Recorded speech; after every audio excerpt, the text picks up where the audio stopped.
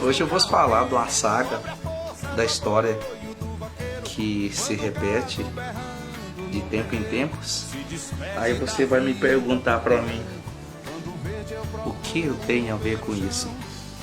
Hoje eu quero falar sobre o bobo da corte, mas antes de qualquer coisa você clica aqui embaixo, siga nossas páginas e não se esqueça que quando você compartilha e curte e segue o nosso canal, você está fortalecendo, está mostrando para os algoritmos que compensa a gente continuar fazendo esses vídeos. E algumas críticas que eu faço que é relacionada à política e conjecturação com os dias atuais. Qualquer coisa que se assemelhe à realidade são meras coincidências. Muitos anos atrás, numa terra muito distante, havia um rei que comandava um pequeno reinado. E esse rei tinha muitos desejos, muitos sonhos para se realizar. Porém, todos eram apenas sonhos, desejos pessoais. A famosa utopia. Lembrando que por todas suas façanhas, conquistas, ele sempre sonhava.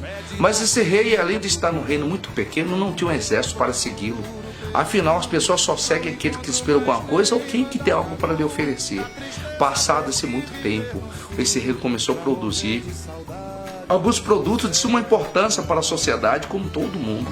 E, no entanto, o volume ainda era pequeno e ainda dava representatividade naquelas terras distantes. Porém, em determinado ano, por algumas brigas de outros reinos, acabaram que conseguiu comprar mais fábrica para expandir a sua produção, pois foi astuto o suficiente para ganhar o mercado, desovar toda a sua produção. Os reinos vizinhos vinham e compravam, sedento aqueles produtos, porém eles tinham uma gana insana de querer conquistar, um afã de querer conquistar aquele reinado. Mas como todo reino, esse reino também tinha o seu bobo da corte. Esse estava o tempo todo junto ao rei para lhe fazer afagos, para massagear o seu ego, para bajular esse rei na frente dos outros. O rei tinha dado para aquele bobo da corte como se fosse uma autoridade, uma ordenância, e os seus condados, os vizinhos, ser usado como pau para toda a obra, para aconselhar, para afagar, massagear o ego do rei, inclusive lhe trazer conselhos. Muitos fazeres, e também às vezes ele fazia alguns serviços sujos que o rei não queria se envolver.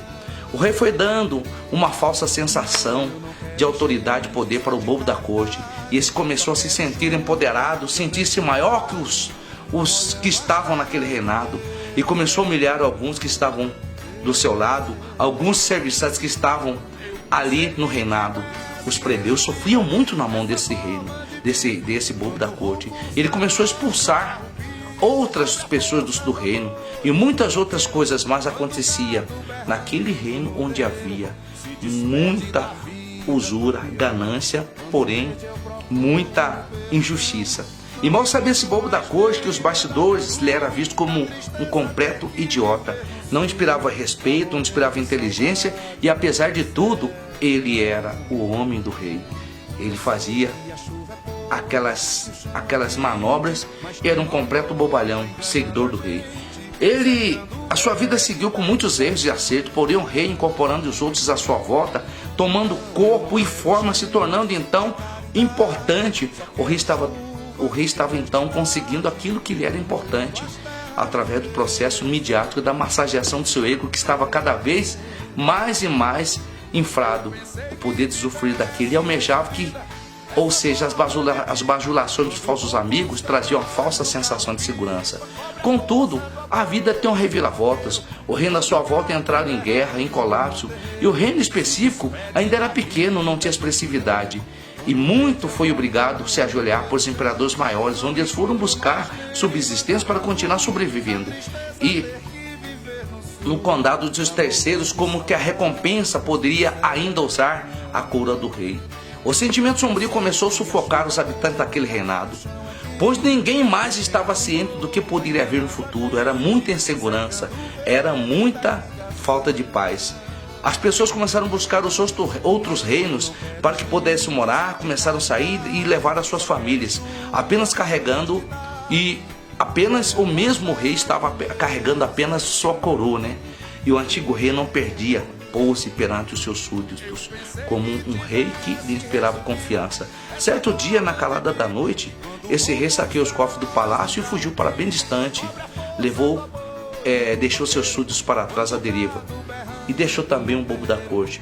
O bobo da corte, diz a lenda, que continua a querer gozar das benécias e continua muito arrogante como o bobo de outrora, porém todo o tempo sem saber as notícias do rei. O rei aposta do dinheiro do povo e foge com tudo. Ninguém sabe mais o final das histórias, mas eu vou lhe explicar. O bobo da corte pode ser você, que bajula político de 4 em 4 anos. O político vem, você faz toda aquela bajulação, você arruma a inimizade, aí esse reinado passa. Ele não vai lembrar de você, porque tudo que acontece na pré-eleição, às vezes, massageia o ego, fazer as coisas, não chegam talvez à recompensa que você precisa, porque no processo midiático, são os reis que usurpam e fazem de você um completo idiota, o bobo da corte. Um grande abraço, as minhas continências, aquilo que se assemelha à realidade são meras coincidências.